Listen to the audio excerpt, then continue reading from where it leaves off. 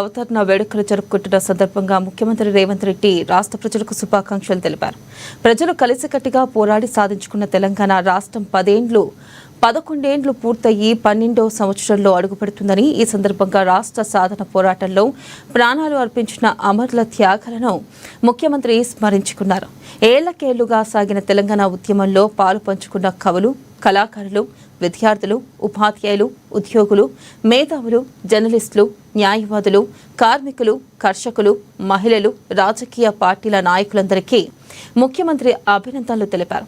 తెలంగాణ ప్రజల ఆశలు, ఆకాంక్షలకు అనుగుణంగా తెలంగాణ రైజింగ్ నినాదంతో రాష్ట్ర ఆర్థిక వృద్ధికి తమ ప్రభుత్వం కట్టుబడి ఉంటుందని ముఖ్యమంత్రి ప్రతిజ్ఞబూనారు. అన్ని రంగాల్లో తెలంగాణ రాష్ట్రం దేశానికి ఆదర్శంగా నిలిచేలా సరికొత్త విధానాలతో భవిష్యత్తు ప్రణాళికలు రూపొందిస్తామని అన్నారు.